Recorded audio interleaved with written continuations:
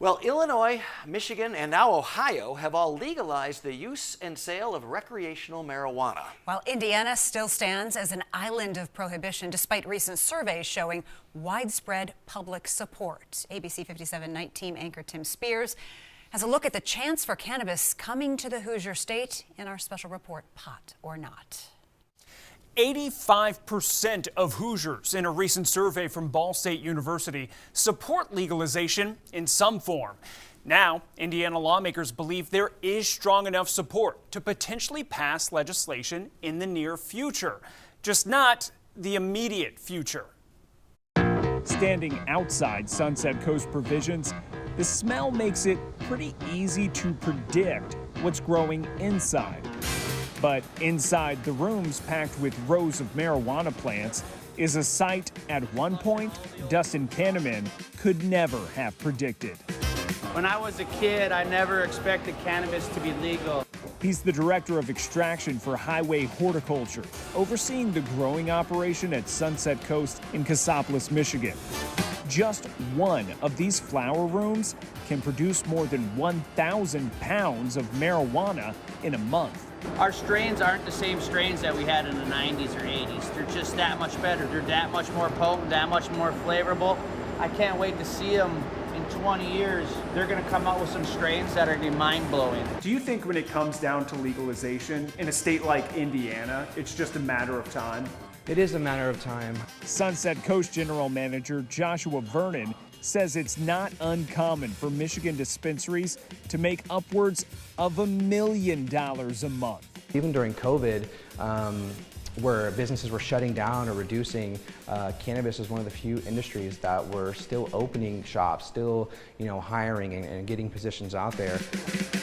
While the Michigan Cannabis Regulatory Agency says it does not track the number of customers from out of state, Vernon, who's worked at other area dispensaries, estimates as many as 60% of cannabis customers in Southwest Michigan are Hoosiers. You're seeing all the revenue that Indiana is missing out on.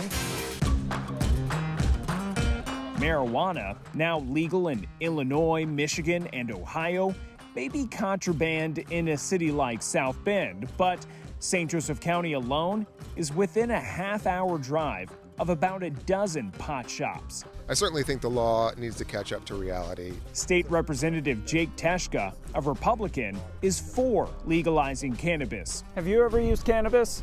I did use cannabis as a teenager in high school.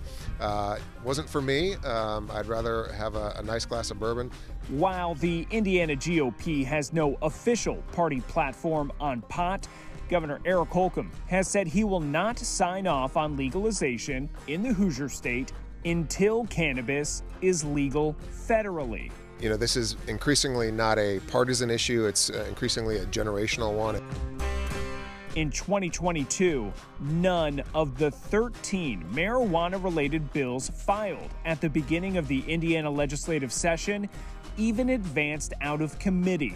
But then, this past April, Democratic State Representative Justin Moed used a procedural maneuver on a hemp bill to force a floor vote on cannabis legalization. It failed. 57 Republicans and 1 Democrat voting against, with 6 Republicans and 29 Democratic representatives voting in favor, including State Representative Maureen Bauer. If we legalize cannabis at the state level, we have the ability to set those regulations and those guidelines as a state.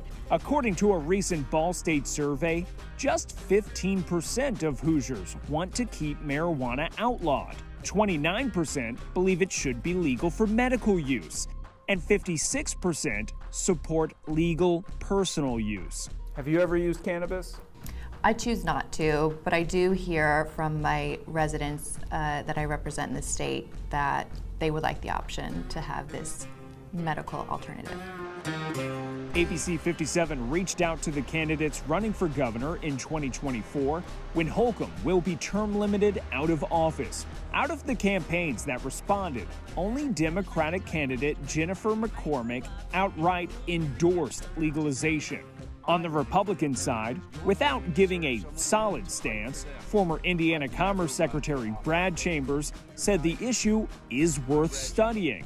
Others either oppose decriminalizing or have yet to respond. We're creating this industry an addiction for profit industry.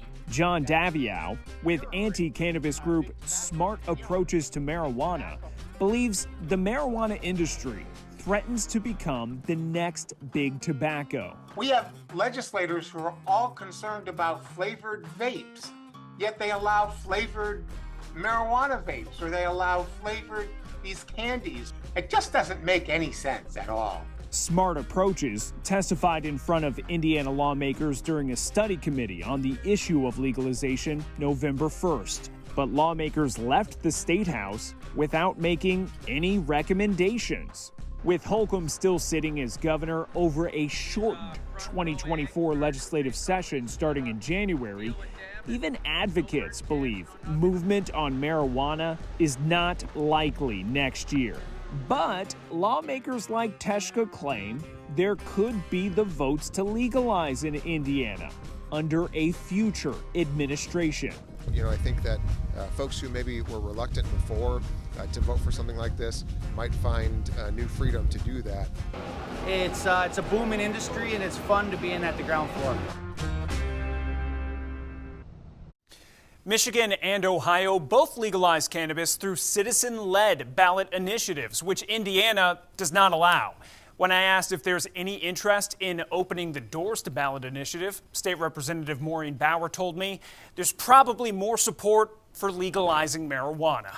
Live in studio, Tim Spears, ABC 57 News.